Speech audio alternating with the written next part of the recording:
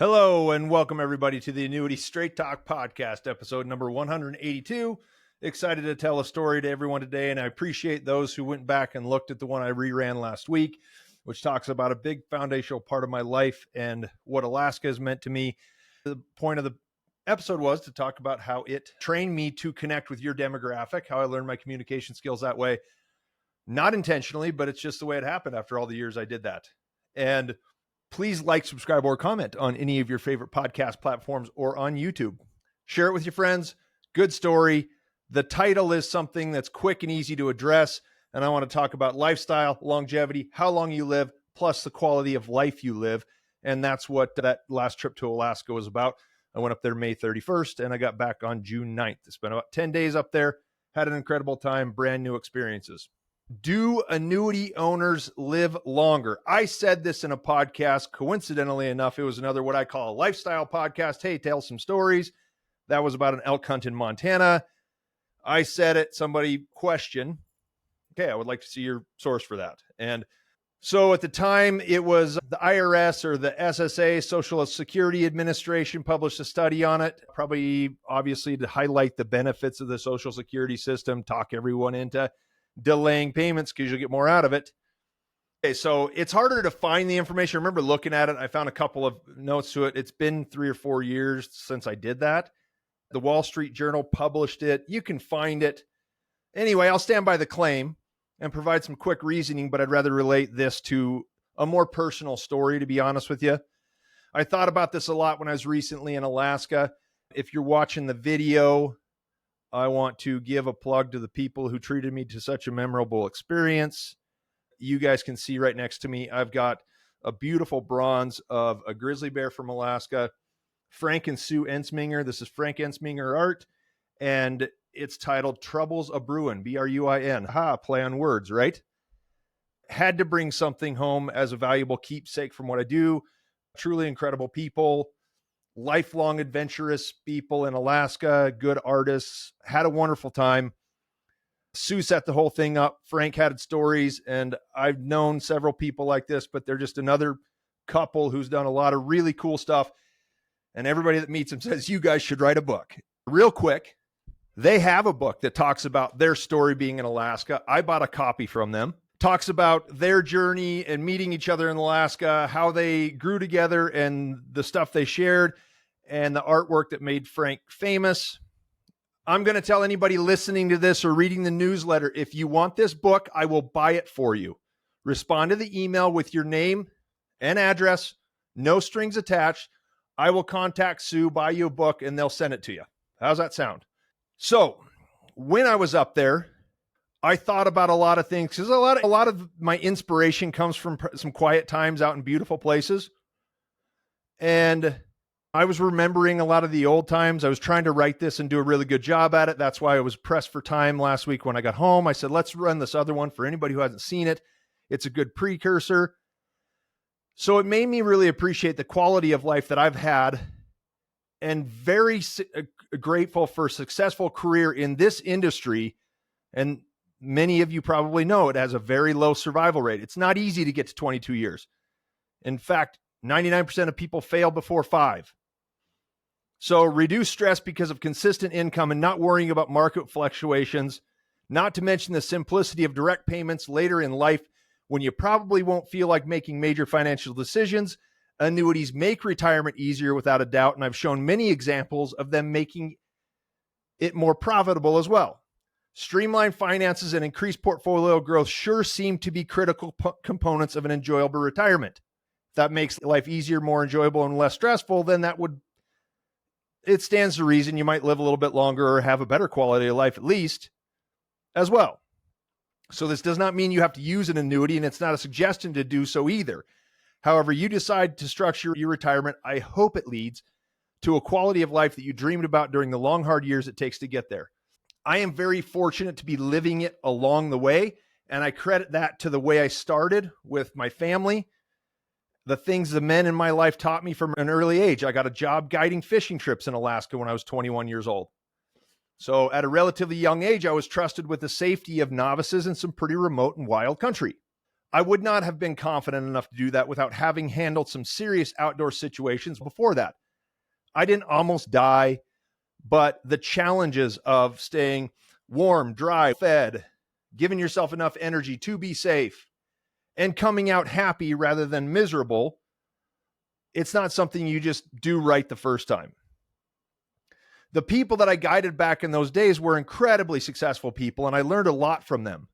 There was only one minor mishap that I remember. I was wide open in a jet boat going down a river, and I hit a rock in the middle of the river. Everybody fell on the floor. I banged up my shins because I got lurched forward. Nobody was happy about it, but we were fortunate to get out with only some minor bruises. Other than that, I spent long hours and full summers exploring some truly amazing places that most people don't ever get to see. And I knew it wasn't true, but I often felt like I was seeing something no one else had ever seen before. That's how remote it is. That's how pristine it is. It fed a desire in me that started early, but I always wanted to be different and chase uncommon things, uncommon experiences. If any of you have ever been to Alaska, I know plenty of people have. It's just a bigger experience. Tourism is a big business, just like where I live in Montana. And the tour buses and travel guides take you to the same spots as everybody else goes. And it's all beautiful, but I was lucky to see what only a fraction of others see in both places. Going deeper, going farther, doing stuff that was not normal. And I don't really spend much money doing it because I've built that lifestyle slowly over time. The cool thing about going to Alaska on a hunting trip is I didn't have to buy any new gear. I had it all. It was fine. And the knowledge I have of doing it for so long, it's just, you learn to simplify things over time, and you can be pretty effective with a simple set of tools. All those years ago, a seed was unknowingly planted, and I only realized it when I got back from this awesome trip. Grizzly bears are on the endangered species list in the lower 48, but are seriously overpopulated, very healthy populations in many areas of Alaska. Now, if anybody wants to talk about whether they should be on the endangered list in Montana, separate discussion, I'd be happy to have it. Go ahead and make an appointment just for that if you want to. I have my opinion, but I'm not like passionate one way or the other, but I believe they maybe aren't endangered. So anyway, hunting a bear was always on my list of things to do, but for the most part, it felt like an unattainable goal. I have some really good friends who are legends in the outdoor pursuits as well. And they had a contact with Frank and Sue. They knew of them. These guys are awesome. And they said, hey, maybe you might be able to get in next summer. I booked the hunt and waited anxiously for about 14 months. I don't know, maybe it was only 8 or 9, but I was thinking about it. I tried to find something starting 14 months ago, and it was impossible to get something within 2 years. During my summers working up there, and I talked about this, there's a podcast about grizzly bears specifically. I talked about it a little bit in last week's podcast, the one that I did a few years ago. But so when I say I'm going hunting for a grizzly bear, I didn't really think it was going to be all that challenging, but I was dead wrong. The bears are very intelligent and always seem to show up right after we left. Game cameras where we were sitting, and wouldn't see anything for hours and hours. Pick up the camera card the next day. Shortly after we left, they came in. So unsettling, but obviously they're wary of us. So it's not like they're waiting to attack, but a little unsettling. Who was hunting whom is the question there.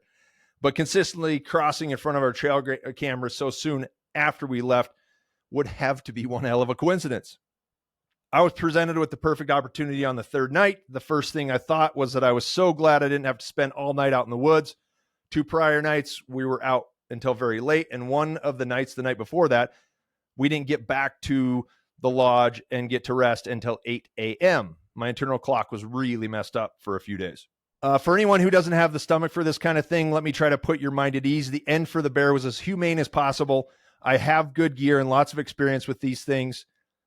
It was a really professional operation. My guide, Jordy, was a really cool kid, 24 years old, reminds me a little bit of myself. He's been doing it from a young age, and the kind of thing, just a young kid's got all the talent in the world and the knowledge of what to do up there. We had a great time, and I consider him a good friend that I'll probably have for a long time. I want to book another hunt with him. and Frank and Sue as well. I consider it a good deed for overall wildlife management in Alaska, and will never know how many baby moose I saved, but probably several. Oh yeah, and I even did have some bear meatloaf, I believe. Wasn't bad.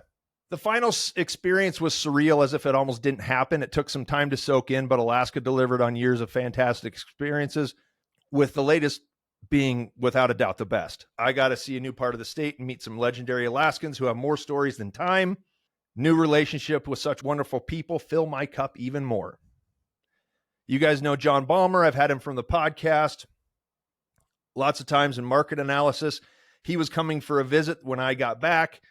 He picked up my truck from the airport a day early and then came and picked me up. He ran into the baggage claim area and he just looked at me and said, "Hey, how was it?" And it all came flooding back to me to see one of my really good friends. And I told him, I just realized that I used to help people, successful people, do uncommon things. And I think it's possible that this is what I've wanted to do all along. Work as hard as I have to become successful enough to be able to afford a trip like that. I'm grateful for my clients. You guys all understand this. Many of you guys are happy for me, those who know about it. And I really appreciate that. But I finally got to do something that most people only get to dream about. And I can't thank everyone involved enough. I really can't. I told Sue that Alaska has been a big part of my life. This is before I was leaving. I try not to get too emotional. It's been such a big part of my life to be able to come back and add this experience to that means more than I have the words to express. I hope you guys know and understand all that. And to get to this point in my career, it was a lot of really hard work and I had to be patient. Prospects were dim at several times. And I just want everybody to benefit from that, no matter what it means for me. And that's why you go back and look at the volumes of data and the things that are on the website now and the information available. It is the best place. And I'm proud to say that. And I don't care who disagrees with me. So there's other good guys. I'm not saying I'm the only good guy, but a successful retirement or grand adventure takes the right kind of tools and gear. Nobody gets it right the first time without a guide. I've been on backpacking trips with friends who bring college buddies. I did one with some guys from California. They walked into an REI store in Southern California and said, "I'm going backpacking in Montana. What do I need?" They show up with packs that weigh 100 pounds and they're not in shape to carry it. I carry a pack because I'd done it for years and years. My pack was 30 pounds and is a piece of cake. So everyone's going to bring a little too much or not enough. The result is a less than optimal outcome. With a trip of a lifetime, there could be another chance, but you only get one shot at retirement. No one should buy an annuity just so they can live longer. It's just a fun fact, so don't get too bent out of shape if you don't think it's true. Length of life may not be important to everyone, but quality of life should be. I get inspiration from your retirement stories and the things you're doing.